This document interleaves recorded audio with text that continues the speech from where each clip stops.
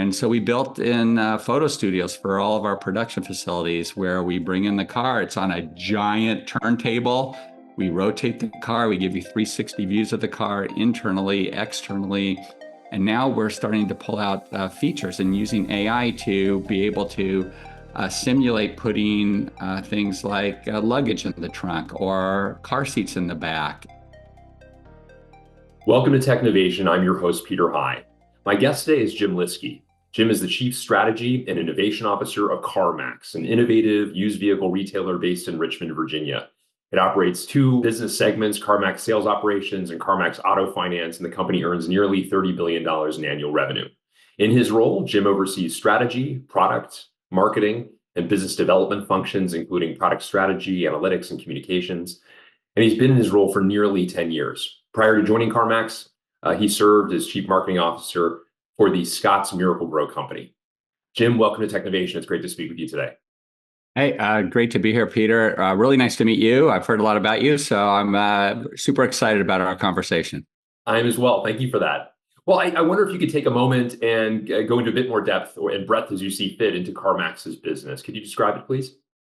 Well, CarMax has I think, an interesting backstory. So it was a spin out of Circuit City. So you remember Circuit City? Indeed. A lot of people don't. But what they did, they were looking to diversify about 35 years ago and started looking at industries where they could bring what they thought was a world-class customer experience model to an industry that was underserved. So they looked across a bunch of different industries, narrowed it down to 3 or 4, and decided that nobody is more underserved than the used car consumer. So they identified that as their target market. It's a big market. There's about 40 million used cars sold every year. And it's a market where it is there's an information imbalance. The person selling the car knows about its history. They know what kind of quality it is. They know what the value of that car is. And the consumer, when we started, knew none of that. And so what we wanted to do back then was to flip the script and balance the scales and have the consumer feel like they had enough knowledge to make a well-reasoned purchase. And so we did things like introduce no-haggle. We put a price on the car, and that's the price. And in the early days, consumers would come in and say, see a car listed for $18,000 and say, okay, I'll give you 17. And we'd be, no, 17.5. And we'd be, no. And they just couldn't get their heads around the fact that the price is the price is the price. And our explanation is, it's just like going to the grocery store. You don't, pick up a watermelon and say, all right, I'm going to give you 63 cents a pound on this watermelon. And so that was the origin. Balance the scales, give the consumer a great experience. Don't incent our sales associates to sell the most profitable car, but sell the car that best fits the needs of the consumer. And for example, our sales consultants don't even know the profitability of any of the cars. And so they want to listen to the consumer, understand the consumer's needs, and put the consumer in the appropriate vehicle to meet those needs. That, in the nutshell, is what CarMax is all about. And right now we are the largest used car retailer in the US and very likely in the world. We also purchase more used cars from consumers than anybody else in the United States. We finance ourselves about 42% of the cars that we sell, 45% of the cars that we sell, which makes us one of the top 10 used car financiers in the United States. We are one of the top 3 auctioners of used vehicles. So if we buy a car from a consumer and we can't recondition it to our standards, we will auction it off so other dealers can buy that car from us and sell them to other consumers. And so that's a major part of our business too. And I think that kind of wraps up what CarMax is all about. That's a great overview. Thank you so much, Jim, including its history, which is fascinating. We'll talk a bit about your role as Chief Strategy and Innovation Officer, an unusual title. Not every company has one of those. Talk a bit about what that constitutes. Yeah, well, I think first, I have a very diverse set of accountabilities. And so our CEO said, I don't care what your title is, just pick one. That one looked like a good one. I went on LinkedIn, looked around, and said, oh, I think I'm going to be that. But I am primarily accountable for setting the strategy of the company and then executing against that strategy via the organizations that comprise product, marketing, and analytics. And I also have accountability for as a subsidiary company of ours, Edmunds. So Edmunds has been around for a number of years, provides exceptionally good consumer research tools for both new and used cars, and is really seen as kind of the industry standard for being able to help consumers learn and educate themselves about different makes and models of vehicles. And talk a bit about your team makeup. How have you organized your team given that purview? Yeah, I have a chief product officer. So we have a product organization that probably has somewhere around 60 product teams that are doing everything from modernizing classic systems and putting us into new modern agile systems to introducing new to the industry products and services. And so we span the balance of that. They are producing products for our consumers. They're producing products for our associates that allows our associates to be more productive and provide a better experience. They're providing services for our retail business, our wholesale business, all across the board. I have another organization that's head up by our chief marketing officer, and that is what you would think. It's everything from the strategy of what consumers are we going after, what markets are we going after, to the creative and how do we communicate the core differentiators and value proposition to those consumers. I have a business development group that goes out and identifies appropriate partners or potentially acquisition targets or investment targets. And I already mentioned Edmunds, that rolls up to me. And then I have a strategic analytics group that measures both operational as well as marketing performance. And none of those functions, as far as I can tell, operate in silos. And certainly even the notion of a strategy or an innovation officer suggests a high degree of collaboration with the rest of the organization. Can you give a brief overview as to how that collaboration happens, how you work with your colleagues across other areas for insight, as well as to drive insights to them? Yeah, I think you're spot on that description. It's the level of collaboration required out of my department is extraordinarily high, and which is, on one hand, a great thing. On the other hand, it is a burden like none other. So, it's when things are working well and everybody's aligned and, we have this common target, collaboration's wonderful. But when, hey, I do it this way and you're telling me this way's better, or, that you're playing in my sandbox, there's a little bit of, hey, you got to spend the time to get aligned, understand what we're all here to do. And that sometimes can slow you down. So getting to that common objective state is absolutely critical in kind of the, collaboration or co-creation aspects of the job. But our primary partner is our operations. We have 250-ish stores out there. We have probably 90% plus of all of our associates work in the field, like all retailers, very field driven. And so how do you be able to bring insights and strategies and products into the field in a way that they can be both accepted by our associates, but also embraced and then executed with excellence so that the consumers are experiencing how you drew it up on the whiteboard when it's actually a working product out in the field. And so that's my number one collaborator, is working with the field operations. And then I have a bunch of home office collaboration, because you can't do anything without participation and input from legal and finance and HR and all those other functions that are up and down the hallways here at our home office. That makes sense.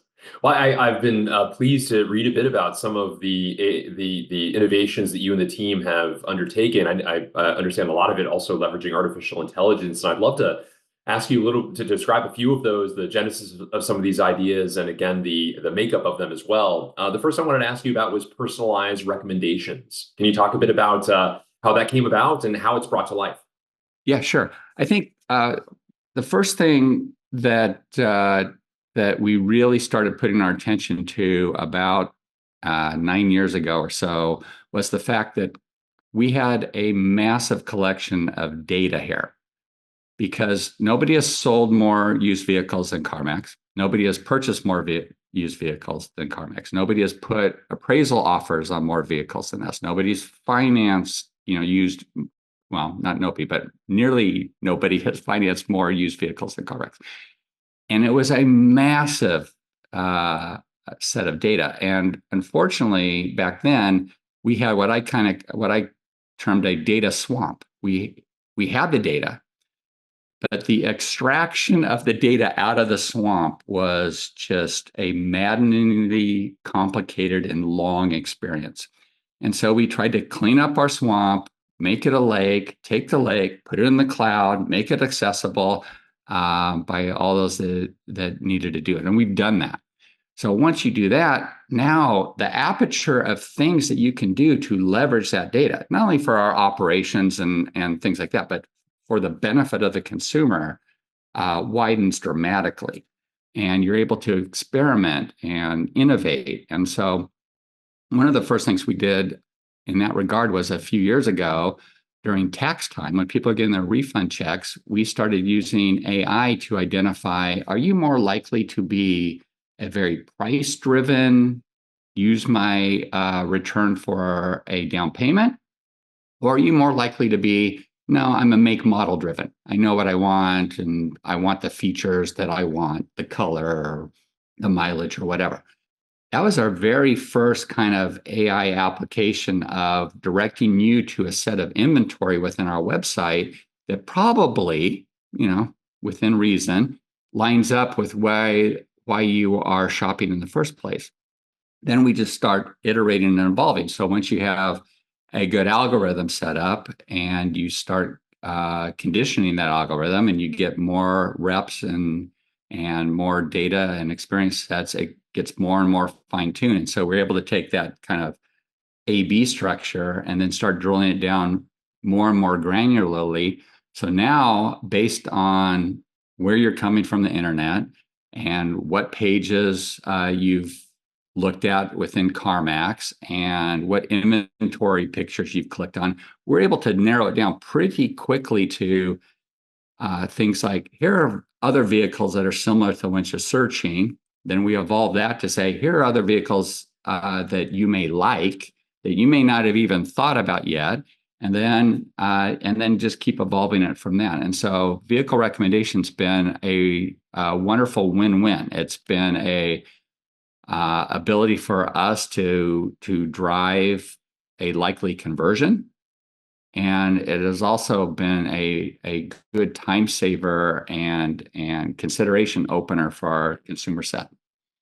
Jim, that's very interesting. I appreciate that overview. I also wanted to ask you about the transparent pricing you put in place for those who sell vehicles to CarMax. I know that's another innovation that you've put in place, again leveraging AI. Please describe it if you would. Sure. Let me give you the backstory on that real quick. So when we started selling cars back 30 years ago, one of the things we knew is that consumers had trade-ins. And so we decided, very similarly to the retail aspect of our business, where we're selling you a car with a no-haggle price, we wanted to provide you an offer for your vehicle that was not dependent on you buying a car from me. It's an independent, this is the value of your car, whether you sell it to CarMax or you want to go out in the marketplace and try to sell it yourself. And so we've been able to leverage the data that we collect, and we appraise more than 2 million cars a year. And we're able to identify what's going on in the marketplace, what is the true value of that car, offer that to the consumer, back that up for the next 7 days on, look, you don't have to decide at this very moment. If you're not quite sure that the number I'm giving you is the right number, go try to sell it yourself. If you can get a higher number, congratulations, you've done well. But if you can't, and you don't want to have to deal with selling to an individual consumer and on all the hassle of that, just come back within 7 days. I'm going to honor that price still and buy the car, and you don't have to buy a car from me in exchange. So that is all algorithmically driven by both the prices that we're seeing in the market, but also I mentioned earlier, we have a wholesale business. And so we also see what cars are auctioning for. And we use those as a couple major inputs, as well as scarcity and some other things to identify this is the value of this person's car. And that's been a massive success. Nobody has purchased more vehicles from consumers than us. A couple of years ago, we introduced a instant offer product that leverages that data and that algorithm to provide as the name implies, an instant offer online. You just type in a few things about your vehicle. I will give you a number that I will stand behind. We were able to, more than double the number of consumer cars that we purchased with the introduction of that great product.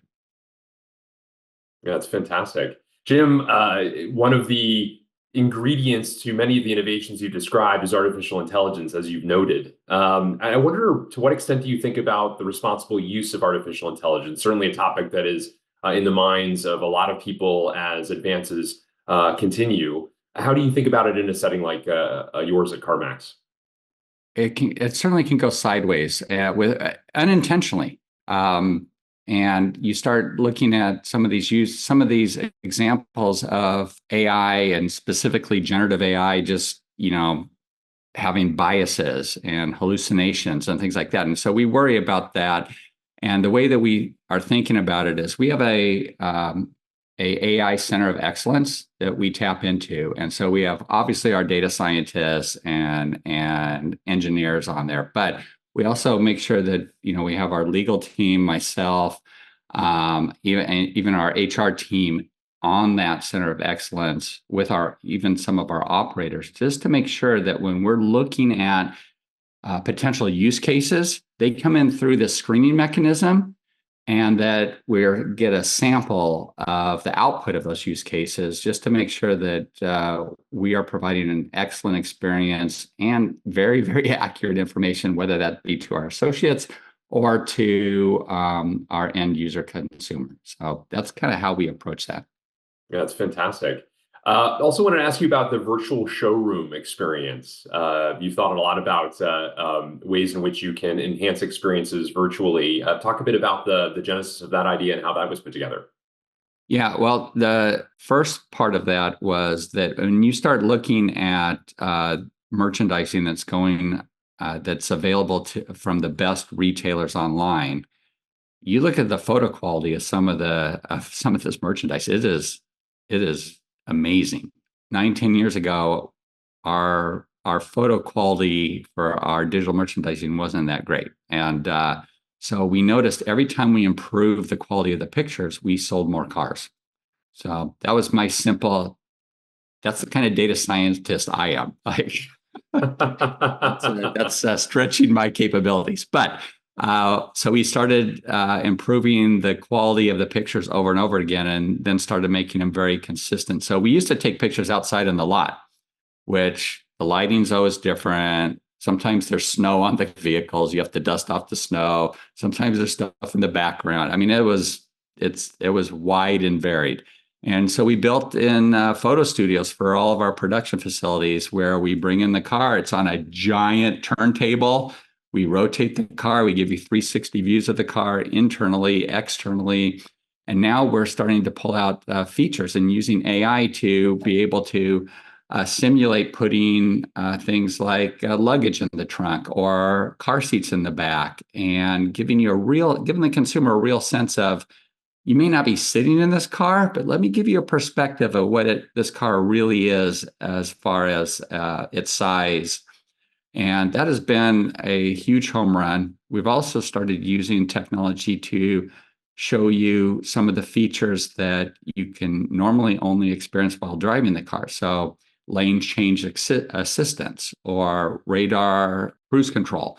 and being able to show you how that works, because a lot of consumers that are buying used cars may not have those features in the cars that they're getting out of, and they understanding the value of some of these things. And so we're highlighting those in our digital merchandising capabilities. And so I think one other fascinating thing using technology is that we're able to also take the photo and use AI post photo capture to fix the background, fix the lighting, get rid of shadowing underneath the carriage, and really, produce some imagery that is spectacular. I mean, it rivals the stuff that you're going to see from some of the nicer online retailers. And being able to do that for 800,000 cars a year is pretty amazing. And so that's been a big time saver for us too, is to be able to leverage technology to do things like that. Incredible. Jim, I know a topic of great interest to you is not only customer experience, which we've talked about in a variety of different ways, but also associate experience. And I know there are some overlaps to the Venn diagram as to the things a company and an executive like you can undertake in order to impact both. Can you talk a bit about how you think about that? Absolutely. I think, as we talked about just a little bit ago, the company was really founded on providing a superior experience to the consumer. And early on, the company decided that the best way to get that accomplished is provide an incredible experience for our associates. With the thinking of, if you give the associates what they need to be highly successful, they are going to provide an exceptional experience to your consumer. So I don't know if you know this, but CarMax has been listed as one of Fortune's 100 best companies to work for 20 consecutive years. And for a retailer, that's got to be rarefied air. I don't know how many of us have been doing this for 20 straight years, but it's not a lot. And I think that really speaks to what I just said on giving the associates the opportunity to shine. And our associates want to do a great job.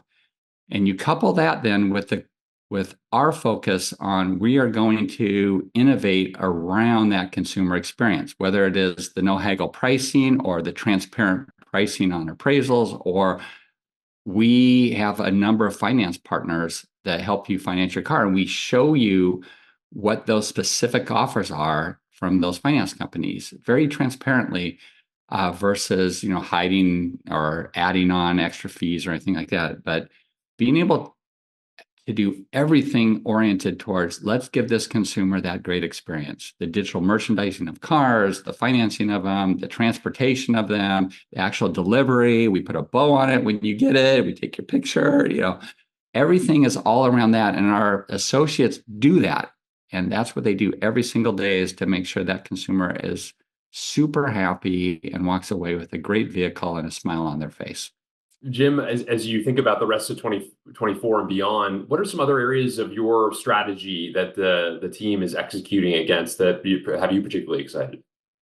Well, I think one of the things we're working hard on right now is there's a big affordability issue going on with the consumer. New cars became scarce. That jumped their prices way up. That put a heavy demand on used cars. Used car prices went up, and the interest rates went up, and the consumer's seeing inflation everywhere else. And so now cars are like significantly more expensive than they were just, pre-pandemic, as an example. And you have a stressed consumer. The stimulus money's not flowing like it was during the pandemic, and people are kind of settling into the new reality.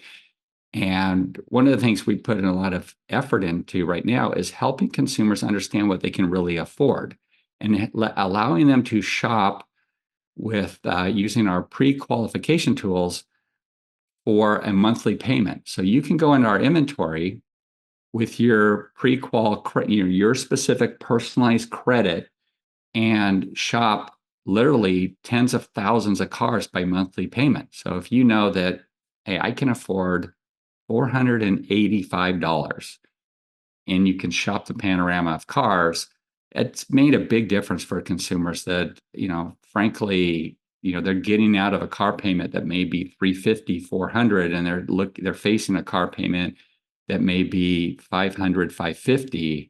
It's like, it's a new reality for them. And so I've been pretty excited about what we can do there.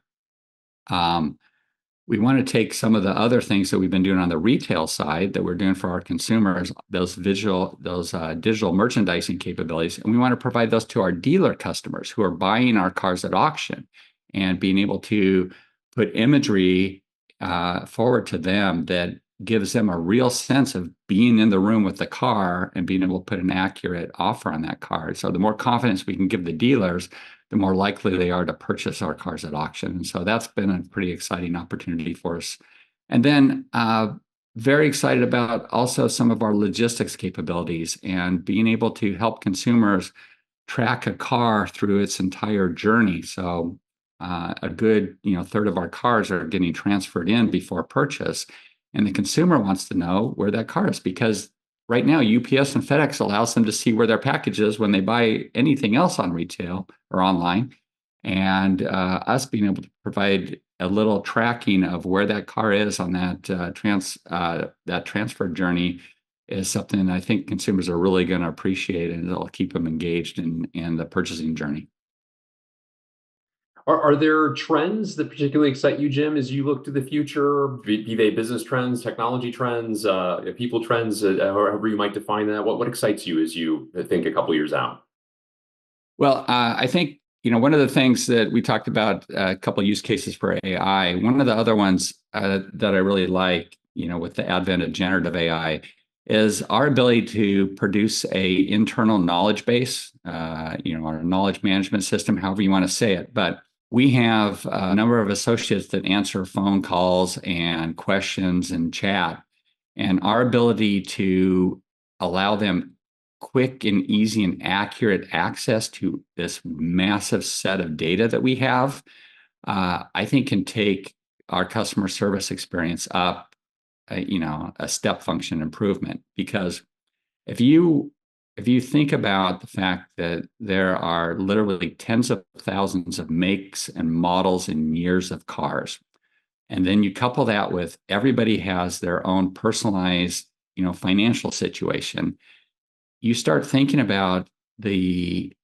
specific car price financing combinations, and it's in the hundreds of thousands. And so having any one associate be able to answer questions from anywhere from financing specific to, does this one car have this specific feature, being able to give them expert information at their fingertips in real time, I think will just further set us apart on being able to provide a world-class customer experience. And so that is just one application of that. You can think through how that could benefit us reconditioning used cars and getting them ready, and the value that would have to our mechanics.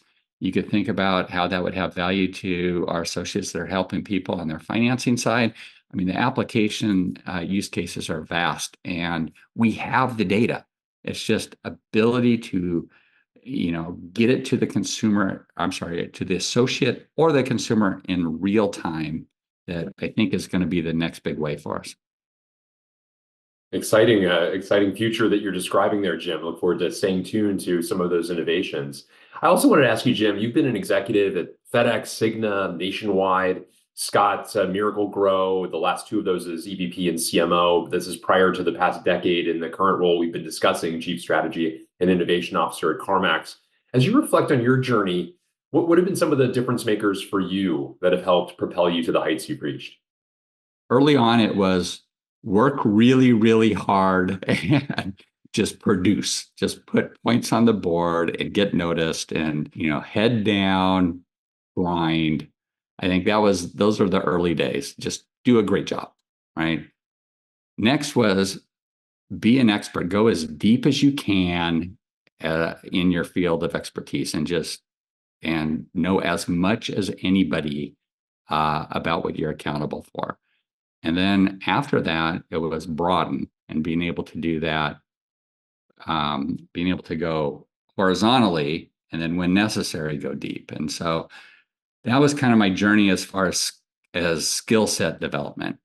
The other one was that, and I'm sure this will be true for nearly anybody in your audience, but you cannot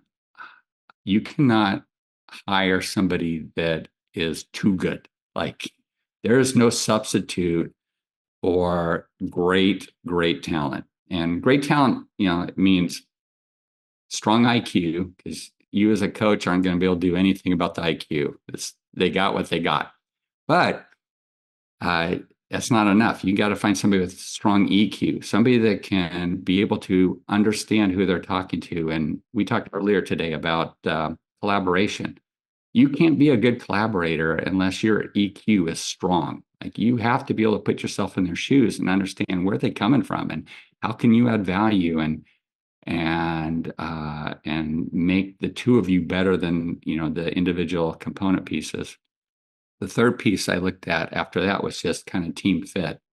A long time ago, somebody told me that it's not about the power of the ingredients, it's about the strength of the mix.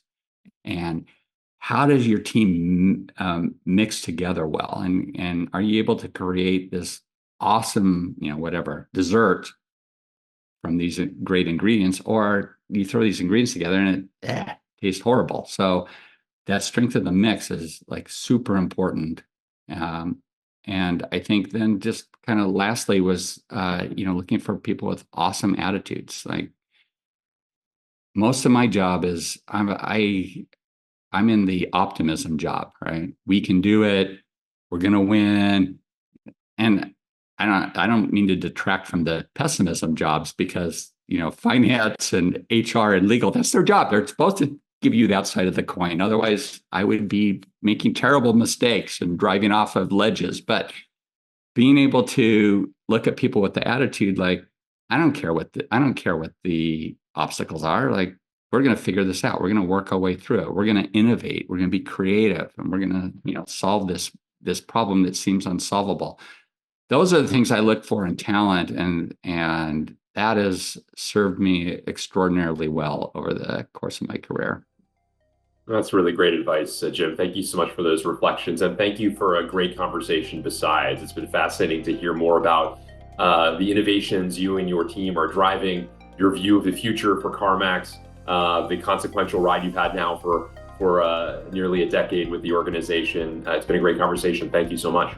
Hey, thank you, Peter. Great talking to you. I really appreciate the time and look forward to hearing more from you on these.